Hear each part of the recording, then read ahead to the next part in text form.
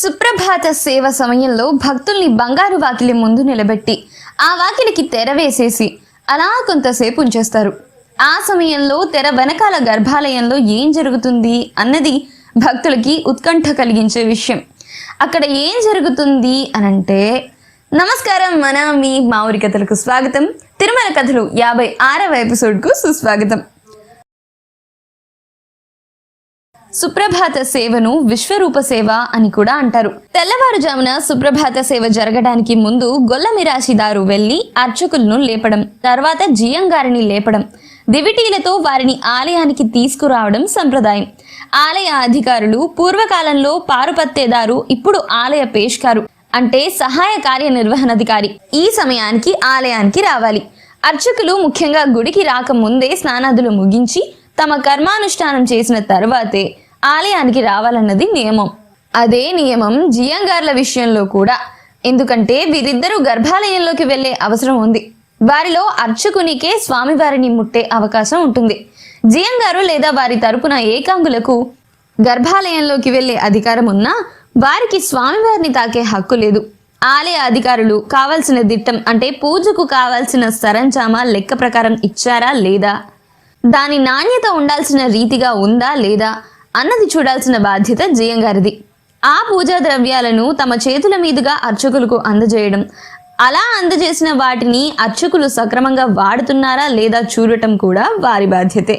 ఈనాడు మనం సుప్రభాత సేవకు వెళ్తే అందరినీ బంగారు వాకిలి వద్ద ఆస్థాన మండపంలో ముందు ఉంచుతారు. పూర్వకాలంలో ముందు అర్చకులు, జియంగారు గాని, ఆయన ఏకాంగి కాని, గొల్లమిరాశిదారు, ఆలయ అధికారులు బయట మహాద్వారం తలుపుల సీళ్లు పరిశీలించి తీయడం, తర్వాత వెండి వాకిలి తెరిపించడం, ఆ తర్వాత ఆస్థాన మండపం తలుపులు తీయించడం జరుగుతాయి. ప్రస్తుత కాలంలో మహాద్వారం వెండి వాకిలి మూసే సంప్రదాయం జరగడం లేదు. సీళ్లు వేసి మూసేది బంగారు వాకిలి మాత్రమే.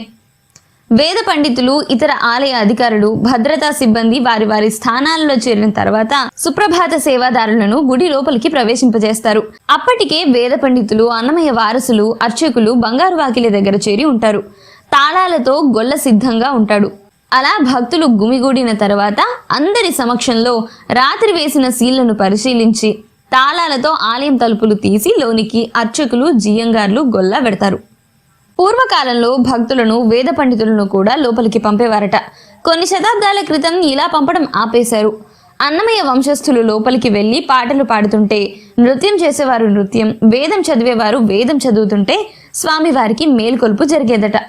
ఆ సంప్రదాయంలో మార్పు వచ్చింది. ఇప్పుడు బంగారు వాకిలి తలుపులు తీసి గొల్ల, అర్చకులు, జియంగార్లు లోపలికి వెళ్ళాక తలుపులు మూసేస్తారు. వేద పండితులు స్వామివారి సంస్కృత సుప్రభాతం గానం చేస్తారు. అప్పుడే అన్నమయ్య వారసులు కూడా బంగారు వాకిలి వద్ద అన్నమయ్య కీర్తనలు గానం చేసే విధానం కూడా ఉంది. అందరూ బంగారు వాకిలి బయటనే ఉంటారు. ఇలా సుప్రభాత గానం జరుగుతున్నప్పుడు లోపల అర్చకులు, జియంగార్లు దీపాలు సరిచేసి కొత్త దీపాలు వెలిగించి స్వామివారి దోమతెర తొలగించి తూగుటుయ్యాలపై పవళించిన స్వామిని మేల్కొలిపి ఆ భోగ శ్రీనివాసుని స్నపన మండపం నుండి గర్భగృహంలోనికి జీవస్థానానికి చేరుస్తారు. స్వామివారి పరుపు, మంచాలను గొల్ల బయటకు తెచ్చేస్తాడు. స్వామివారికి ఆవు పాలు, వెన్న నైవేద్యం చేసి కర్పూర హారతి ఇచ్చి తర్వాత బంగారు వాకిలి తలుపులు తెరుస్తారు. అప్పటికి సుప్రభాత గానం పూర్తయి ఉంటుంది. అప్పుడు భక్తులందరినీ దర్శనానికి పంపుతారు.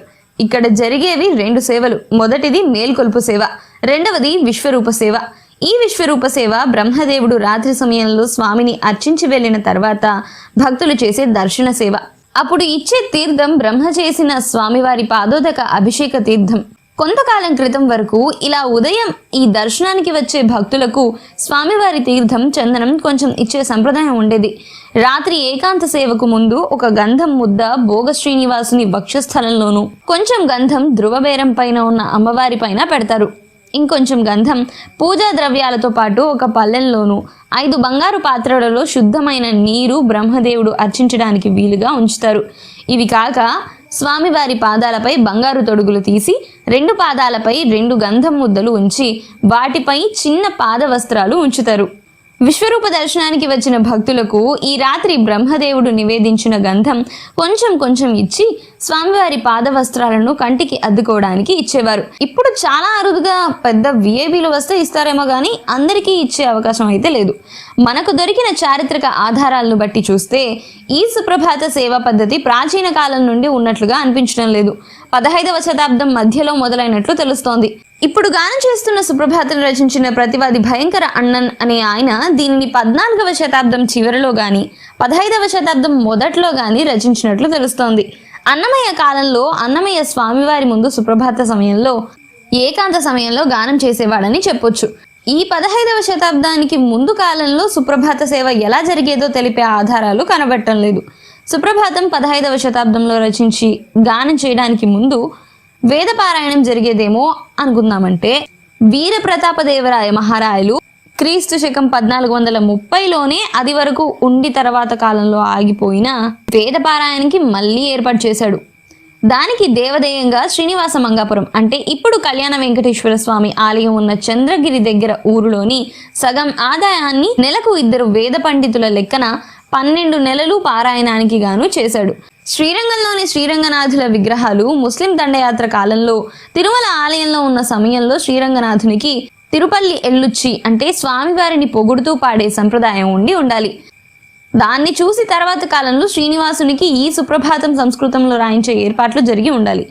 అలా సుప్రభాత గానంతో కొంతకాలం జరిగాక 16వ శతాబ్దంలో అన్నమయ్య కీర్తనలు కూడా తెలుగులో పాడే సంప్రదాయం ప్రవేశపెట్టబడింది.